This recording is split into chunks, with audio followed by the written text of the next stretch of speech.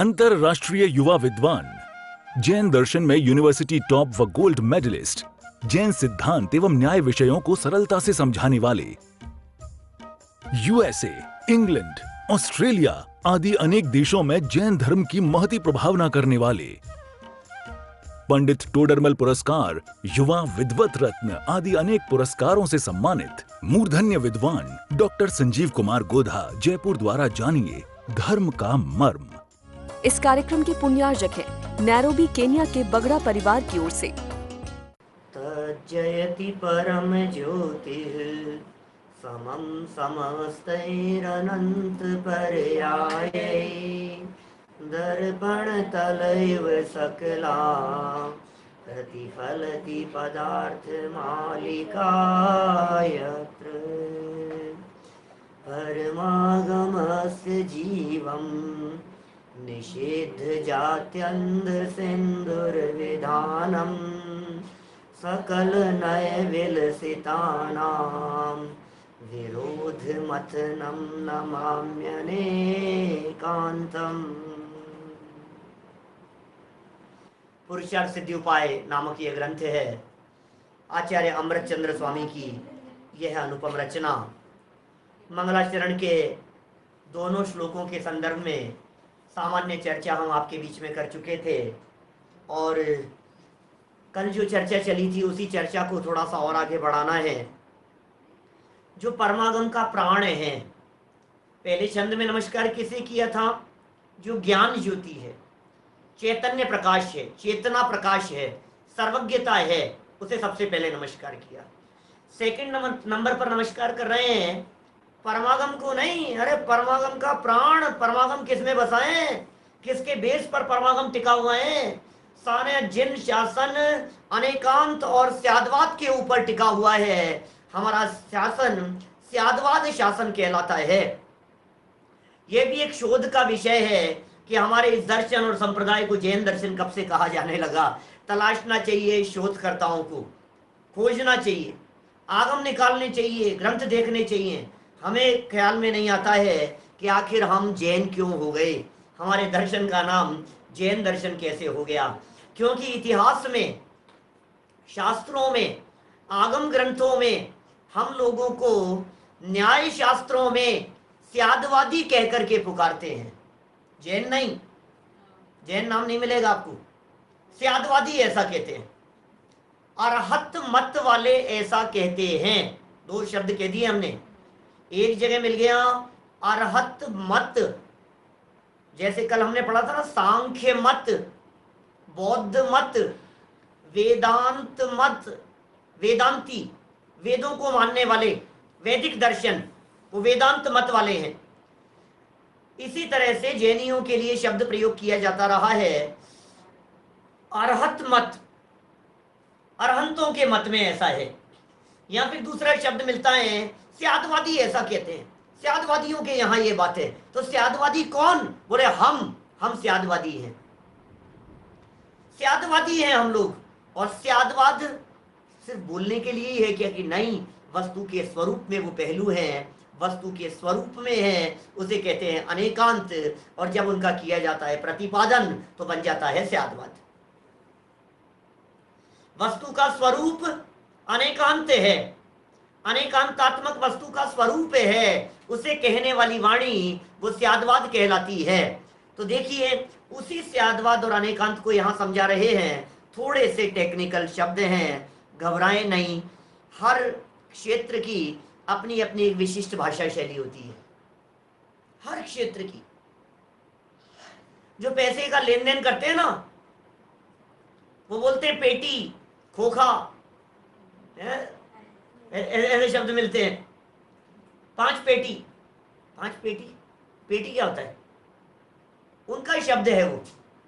इतने खोखे, ये उनका शब्द है।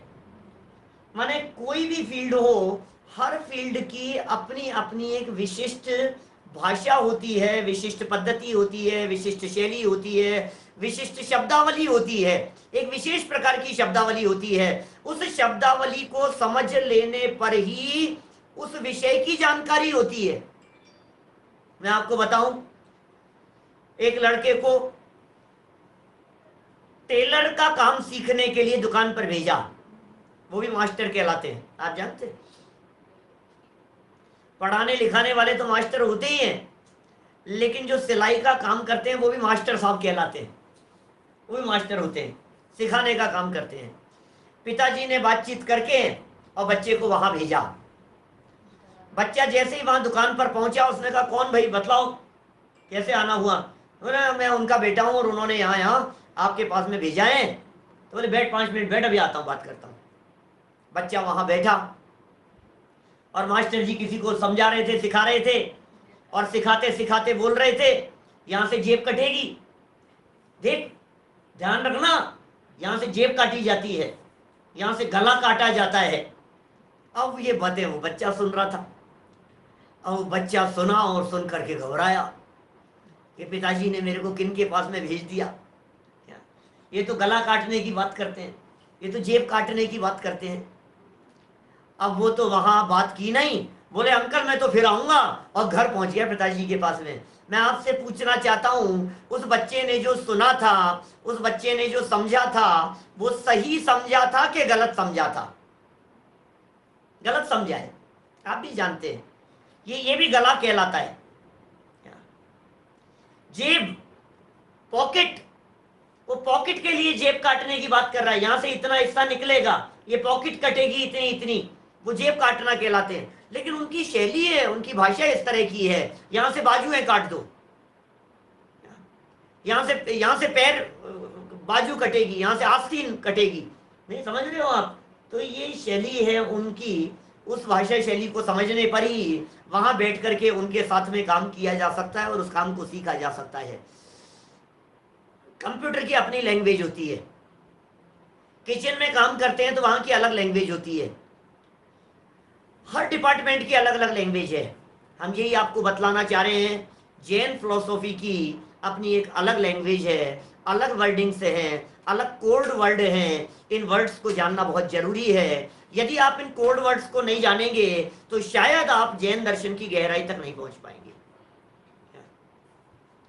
स्यादवाद ये विशिष्ट कोड है, अनेकांत ये विशिष्ट शब्द है, और इस शब्दों के माध्यम से कई बातें कहना चाहते हैं। स्यादवाद कहकर के किसी बात को समझाना चाहते हैं, अनेकांत कहकर के किसी बात का प्रतिपादन करना चाहते हैं। क्या होता है अनेकांत? बहुत छोटा सा शब्द है अनेकांत, लेकिन बहुत ब्रॉड माइंड रख करके जब आप इस अनेकांत को देखेंगे तो आप पाएंगे अनेकांत में सारे विश्व की समस्याओं का समाधान है। विश्व शांति है अनेकांत में, लेकिन विश्व शांति का जन्म होता है आत्म शांति से। तो अनेकांत आत्म शांति की बात भी करता है और विश्व शांति की बात भी करता है अनेकांत। इसके लिए एक बहुत सुंदर शब्द दिया यहां अमृतचंद्राचार्य देव ने। कौन सा? विरोध मथनम। विरोध, तू मैं, झगड़े, वाद विवाद, विरोध मथनम।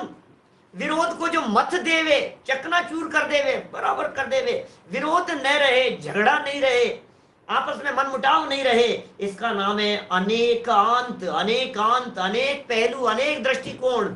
हर वस्तु में 4 पहलू हैं, मुख्य रूप से हर वस्तु में 4 पहलू हैं। दुनिया की हर वस्तु में 4 पहलू हैं, जिनकी चर्चा कल हमने यहां भावार्थ के अंतर्गत की है। भावार्थ बाद में पढ़ूंगा, पहले 4 पहलू सुनो। द्रव्य, क्षेत्र, काल और भाव, 4 पहलू है ये। द्रव्य, क्षेत्र, काल, भाव याद कर लो, शब्द याद कर लो। नए लोगों के लिए नए शब्द है, लेकिन शब्द याद करने पड़ेंगे।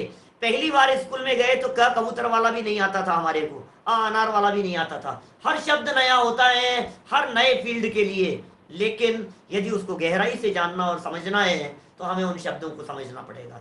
4 शब्द याद कर लीजिए बच्चा, याद करना। द्रव्य, क्षेत्र, काल और भाव, 4 शब्द हो गए। इन चारों शब्दों का मतलब क्या है?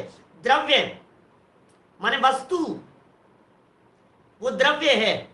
क्षेत्र, उसका शेप, वो कहलाता है क्षेत्र। द्रव्य माने वस्तु, क्षेत्र का मतलब है उसकी शेप, उसका आकार, प्रकार। आकार, कोई वस्तु होगी, उस वस्तु का आकार भी होगा। ऐसा नहीं हो सकता है कि वस्तु तो है और आकार नहीं है। Is it possible? नहीं हो सकता है। प्रदेश, प्रदेश लागू होंगे उसके अंदर।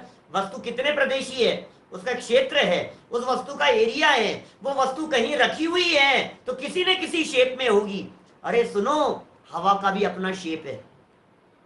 ये बात अलग है कि हम उस हवा के शेप को पकड़ नहीं पाते, ये अलग मैटर है।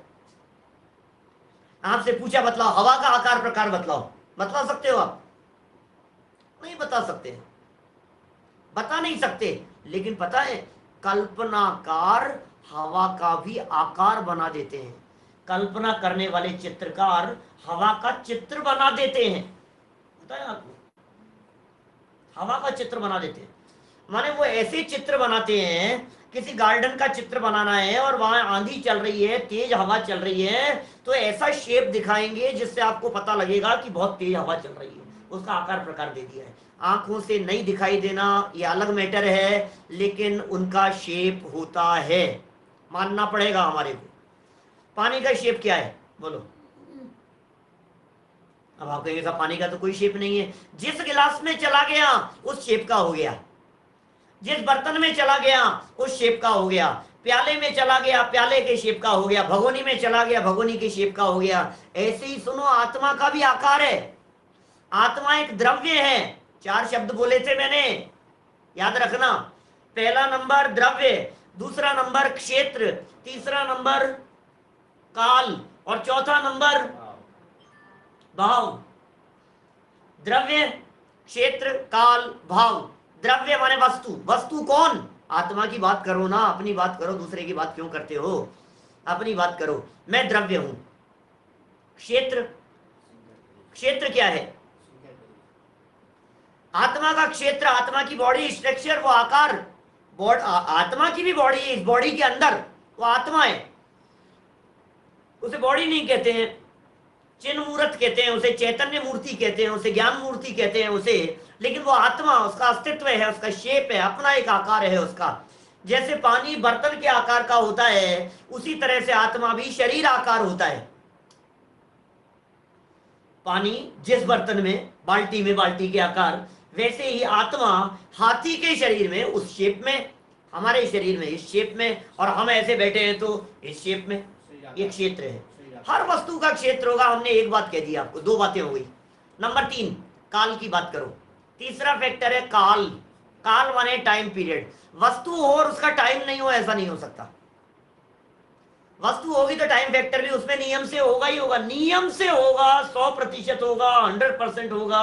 टाइम के बिना वस्तु नहीं होगी। माने ऐसा नहीं हो सकता वस्तु है और उसके कोई समय नहीं है, कहीं तो होगी, कहीं तो।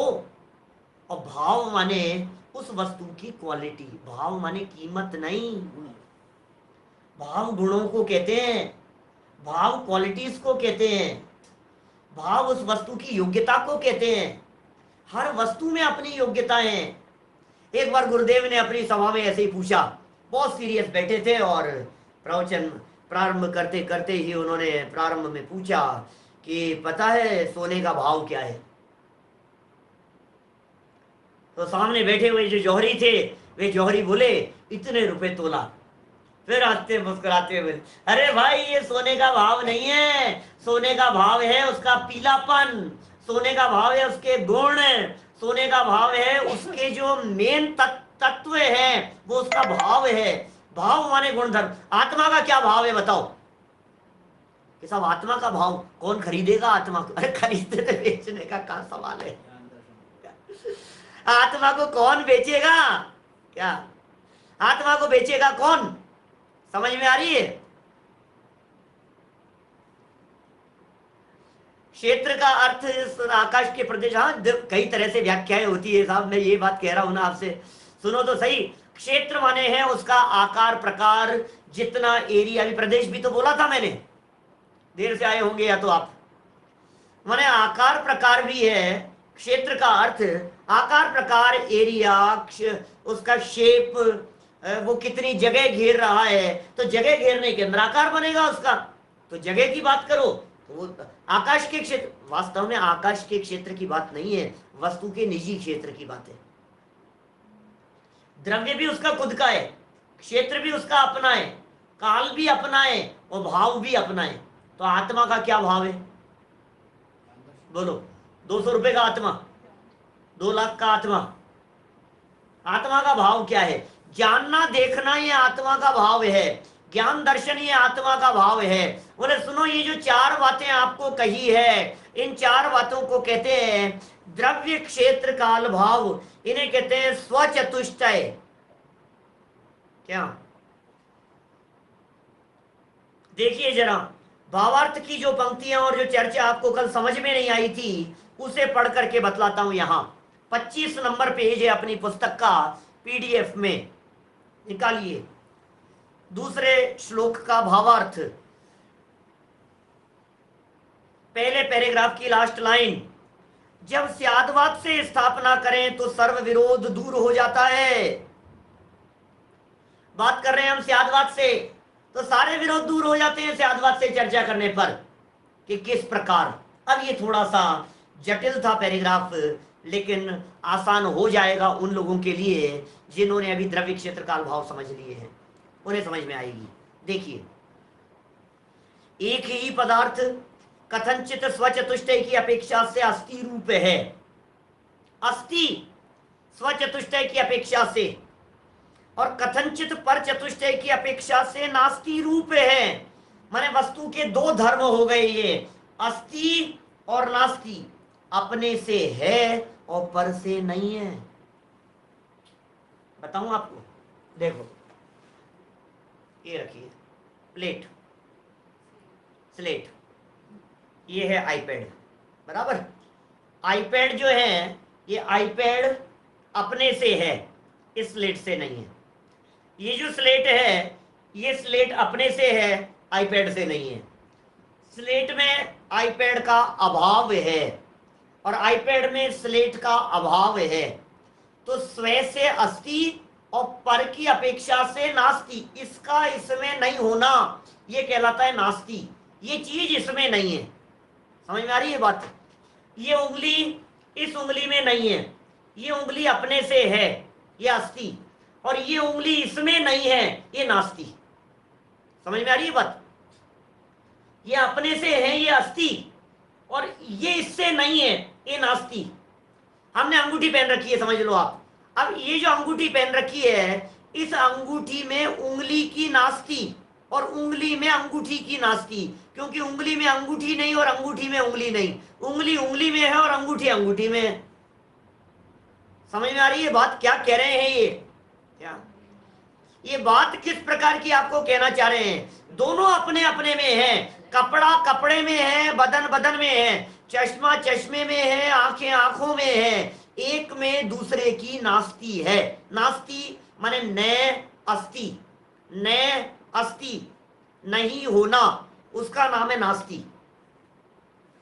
एक का दूसरे में नहीं होना, इसका नाम है नास्ति। समझ में आ रही है बात? एक का दूसरे में नहीं होना, स्वचतुष्टय की अपेक्षा से अस्थि रूप है। स्वचतुष्टय क्या होता है? अभी जो 4 नाम आपको याद कराए, द्रव्य क्षेत्र काल भाव, ये कहलाते हैं स्वचतुष्टय। द्रव्य क्षेत्र काल भाव, इसे कहते हैं चौका। हर वस्तु में द्रव्य क्षेत्र काल भाव होता है वो अस्थि रूप है, और पर चतुष्टय की अपेक्षा से नास्ति रूप है। क्लियर हो गया? वाक्य क्लियर हो गया होगा? देखिए, कथनचित समुदाय की अपेक्षा से एक रूप है। समुदाय ग्रुप की अपेक्षा से देखो तो एक है, और कथनचित गुण पर्याय की अपेक्षा से अनेक रूप है। ग्रुप की दृष्टि से देखो, आत्मा अखंड देखो आप तो एक दिखेगा, एक रूप है। और गुण देखो, उसमें ज्ञान भी है, दर्शन भी है, चारित्र भी है, सुख भी है। आत्मा में कितने तरह की बातें हैं, तो बोले अनेक रूप दिखाई देगा। एक रूप भी है, और कथनचित माने किसी अपेक्षा से अनेक रूप भी है। कथनचित, पॉइंट नंबर 3, संज्ञा संख्या लक्षण और प्रयोजन की अपेक्षा से गुण पर्याय आदि अनेक भेद रूप हैं, और कथनचित सत की अपेक्षा से अभेद रूप है। धैर्य रखना, देखो समझाता हूं, बात को समझाया नहीं है अभी। क्या कह रहे हैं? आत्मा को देखो, वस्तु को देखो, द्रव्य और गुण, अब इनमें भेद देखो आप। संज्ञा, संख्या, लक्षण, प्रयोजन। दुनिया की किन्हीं भी दो बातों में आपको अंतर देखने हो, दो चीजों में अंतर देखना हो, बोले चार बातों के आधार पर तो अंतर निकल ही जाएंगे। हमने कोई दो टॉपिक बतलाए आपको और दो टॉपिक बतला करके कहा इन दोनों टॉपिक्स में अंतर बताओ, ऐसा कहा हमने, इन दोनों टॉपिक्स में अंतर बतलाओ, तो आपको चार बातें मिलेगी वहां, संज्ञा, संख्या, लक्षण, प्रयोजन। उन दो चीजों में अंतर देखने के लिए संज्ञा, संख्या, लक्षण, प्रयोजन क्या होते हैं ये? संज्ञा माने होता है नाम, नाम ही अलग अलग है, जिनमें आप अंतर तलाश रहे हो नाम तो अलग अलग है ही, जिनमें अंतर देख रहे हो उनके नाम तो न्यारे न्यारे है ना, संज्ञा। अब जिनमें अंतर देख रहे हो उनकी संख्या भी अलग अलग है, जिनमें अंतर देख रहे हो उस वस्तु का लक्षण भी अलग अलग है, और जिनमें अंतर देख रहे हो उन दो वस्तुओं के प्रयोजन अलग अलग है। संज्ञा अलग, संख्या अलग, लक्षण अलग, प्रयोजन अलग, चारों बातें अलग अलग है दो वस्तुओं में।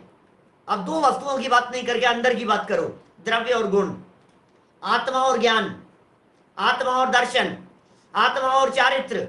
आत्मा की बात कर रहा हूं, इसकी बात कर रहा हूं, इस बॉडी के अंदर जो बैठा हुआ है जिसके निकल जाने पर सारे फंक्शन रुक जाएंगे, उसकी बात कर रहा हूं। समझने की चेष्टा करना, चार शब्द समझा रहा हूं आपको। क्या कहा मैंने? शरीर के अंदर की बात कर रहा हूं, उस आत्मा की बात कर रहा हूं मैं। उस आत्मा में संज्ञा, संख्या, लक्षण, प्रयोजन चार चीजें देखनी है। आत्मा द्रव्य और ज्ञान गुण, एक का नाम द्रव्य एक का नाम गुण है, संज्ञा अलग अलग हो गई। संख्या देखो, द्रव्य एक है और गुण अनंत है उसी आत्मा में, द्रव्य तो एक ही है और गुण अनंत है। लक्षण की दृष्टि से देखो तो द्रव्य किसे कहते हैं? जिसमें बहुत सारे गुण हो। और गुण किसे कहते हैं? बोले एक एक क्वालिटी है, जिसमें दूसरा गुण नहीं रहते हैं वो गुण है। और प्रयोजन क्या है? प्रयोजन क्या है? आत्मा में हमने जो टुकड़े करके देखा, ज्ञान दर्शन सुखवीर है, इनका प्रयोजन क्या है? बोले इनका प्रयोजन था समझना, गुणों का प्रयोजन है समझना, और द्रव्य का प्रयोजन है समा जाना।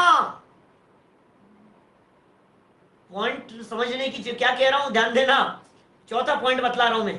कौन सा अंतर बता? दो वस्तुओं में प्रयोजन क्या है भाई साहब? दोनों चीजों का अलग अलग प्रयोजन होगा। प्रयोजन माने उद्देश्य।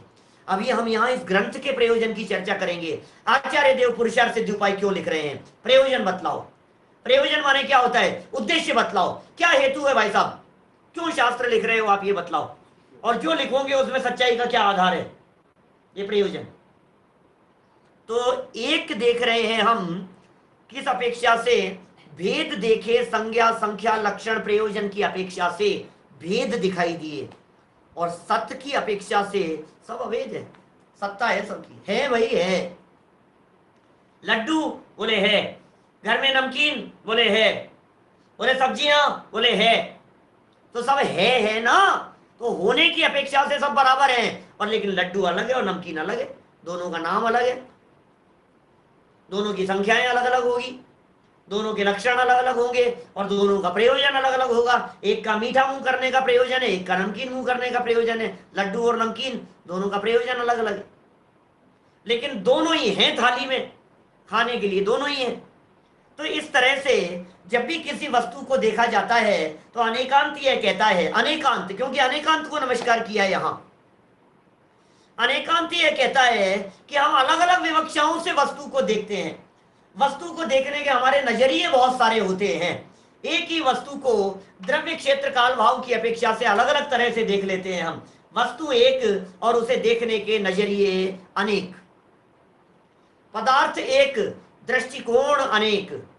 कल एक वाक्य बोला था मैंने, जितने मुंह उतनी बातें, बोला था कि ध्यान नहीं आ रहा? जितने मुंह उतनी बातें। हर व्यक्ति, घटना एक घटती है, समझ लो आप, किसी के यहाँ किसी की डेथ हो गई, हर व्यक्ति अलग अलग तरह से बात करेगा। किसी की किसी से शादी हो गई, हर व्यक्ति अलग अलग तरह से बात करेगा। किसी का लड़का किसी की लड़की को लेकर के भाग गया, किसी की लड़की किसी के साथ में भाग गई, सब हर व्यक्ति अलग अलग तरह से बात करेगा। माने दुनिया भर में किसकी जवान को रोकोगे आप? जितने मुंह उतनी बातें, बातें बन रही है साहब, बातें बन रही है साहब। क्या मतलब हुआ साहब? आत्मा में कितनी शक्तियां हैं, अनंत शक्तियां हैं। आप कौन से एंगल से देख रहे हो? शक्ति पुंज है आत्मा, सही कह रहे हैं आप, शक्ति पुंज आत्मा है। इसलिए सत असत की बात हो गई, भेद अभेद की बात हो गई। लास्ट वाक्य है इसका, कथनचित द्रव्य अपेक्षा से नित्य है और कथनचित पर्याय अपेक्षा से अनित्य है। वाओ, गजब का पॉइंट दिया है। अनेकांत, बोलो नित्य है या अनित्य है? बतलाओ आप। द्रव्य अपेक्षा से नित्य है, पर्याय अपेक्षा से अनित्य है। पर्याय बदल रही है, द्रव्य नहीं बदल रहा है। हम, पेड़ खड़ा था एक, और पेड़ को किसी व्यक्ति ने काटा और लकड़ियां बन गई, लकड़ियां बन गई। अब पेड़ की दृष्टि से देखो तो अनित्य है, ठीक है, लेकिन यदि उसी चीज को पुद्गल की अपेक्षा से देखो तो क्या हुआ, क्या है? रूपांतरित हुआ है वो, पेड़ से लकड़ी हो गया। लकड़ी से क्या किया हमने? फर्नीचर बना दिया। तो लकड़ी का क्या हुआ? लकड़ीपन का अभाव और फर्नीचर की उत्पत्ति। अब ये अनेकांत का स्वरूप है भाई, ये उत्पाद व्यय समझा रहे हैं। मेरे कई व्याख्यान होंगे इस तरह के उत्पाद व्यय के ऊपर। मयामी स्पेशल प्रवचनों के अंदर एक उत्पाद व्यय द्रव्य के ऊपर प्रवचन है। क्या है ये उत्पाद व्यय? गजब की चर्चा है, नित्य भी अनित्य भी। अरे ये जो है ना अपने आचार्य है समंत भद्र नाम के आचार्य, आचार्य समंत भद्र नाम सुना होगा आप लोगों ने। रत्नकरण श्रावकाचार्य जिनका ग्रंथ है प्रसिद्ध रत्नकरण श्रावकाचार्य, उन समंत भद्राचार्य देव ने एक ग्रंथ लिखा है जिसका नाम है आप्त मीमांसा। पता है क्या कहते हैं? वो ये कहते हैं, घट मौली सुवर्णार्थी नाशोत्पाद स्थिति स्वयं शोक प्रमोद माध्यस्थम जनो याति सहेतुकम। एक श्लोक लिखा उन्होंने आप्त मीमांसा में, घट मौली सुवर्णार्थी। और पता है कहानी लिखी फिर उसके बेस पर व्याख्याकारों ने। सुनो, एक राजा था और उस राजा के एक लड़का और एक लड़की थी। राजा के पास में राजा ने अपने पुत्र के लिए एक मुकुट बनवाया गोल्ड का, 1 किलो गोल्ड का मुकुट बनवाया। राजा के लिए मुकुट बनवाया, अपने बच्चे के लिए राजा ने मुकुट बनवाया। वो बहुत खुश हो गया। 2-4 महीने हुए होंगे कि उनकी बच्ची को बहुत इच्छा थी कि भाई मैं कोई गोल्ड का कलश बनाऊं। तो राजा ने वो जो मुकुट था बेटे का, काम नहीं आता था, लगाता नहीं था, राज तिलक उसका हुआ नहीं था, राजकुमारी तो था। तो उसने क्या किया, उस मुकुट को तोड़कर, गोल्ड का 1 किलो का मुकुट, उसे तोड़वा कर उसका सुंदर सा कलश बनवा दिया अपनी पुत्री के लिए।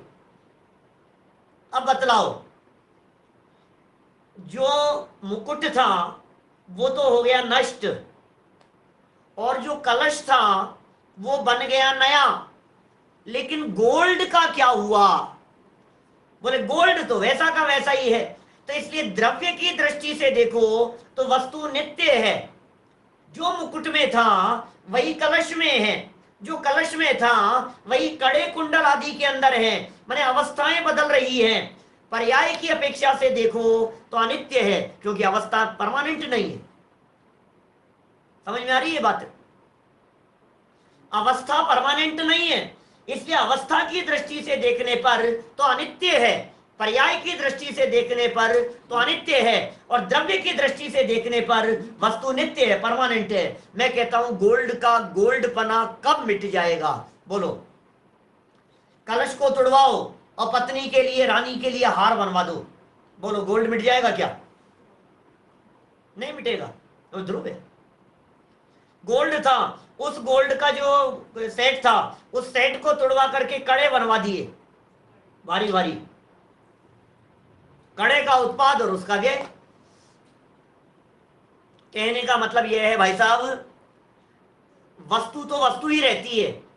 वस्तु को वस्तु पने की दृष्टि से देखो तो नित्य है, और अवस्था की दृष्टि से देखो तो अनित्य है। माने देखने की दृष्टि दो है। बोले वस्तु में दोनों पहलू मौजूद हैं, इसका नाम है अनेकांत।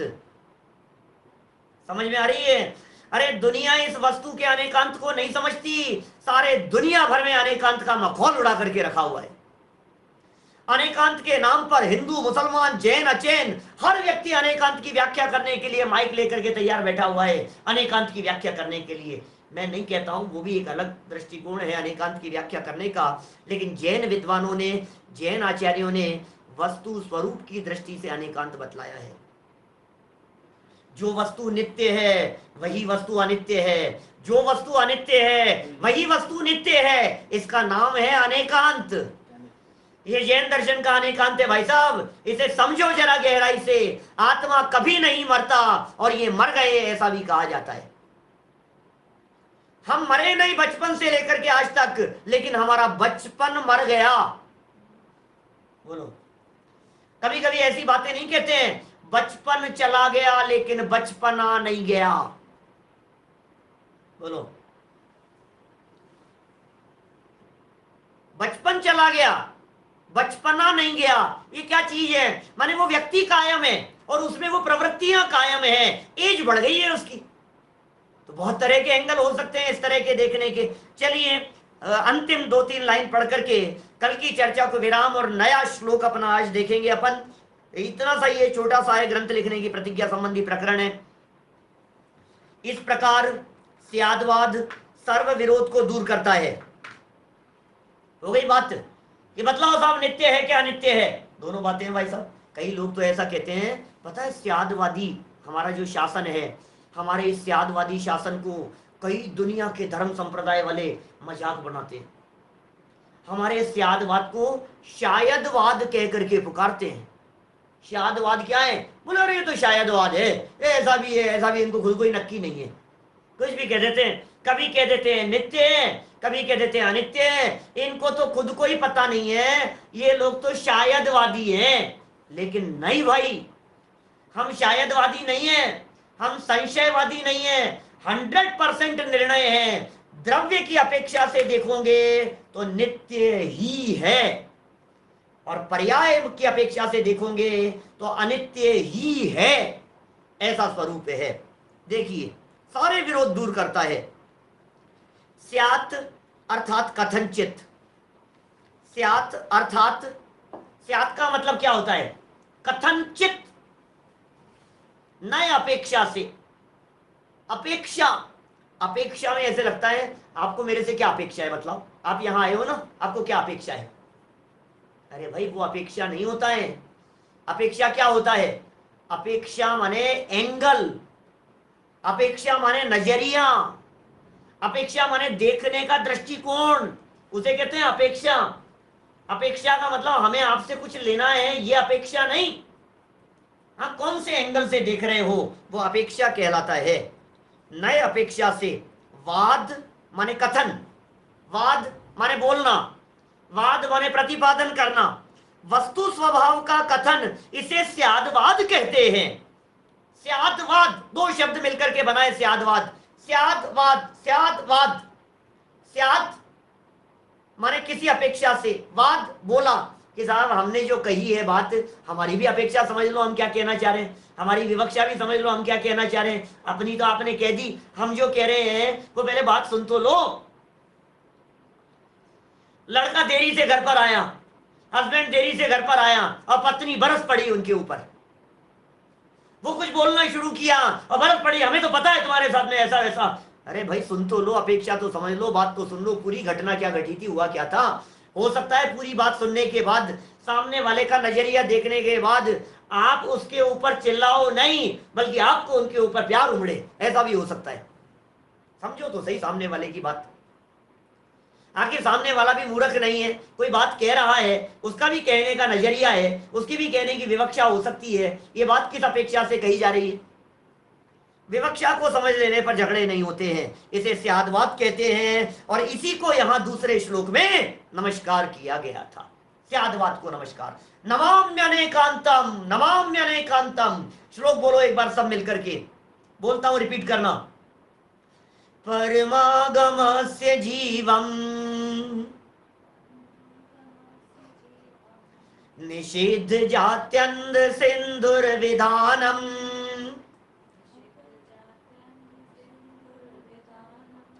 सकल नय विलसितानाम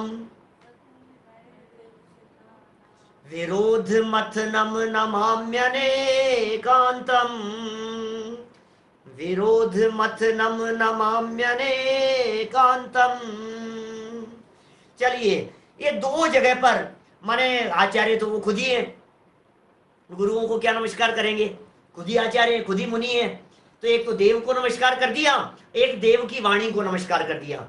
दोनों को नमस्कार करने के उपरांत अब आचार्य ग्रंथ करने की प्रतिज्ञा करते हैं। श्लोक नंबर 3 खोलिए जरा।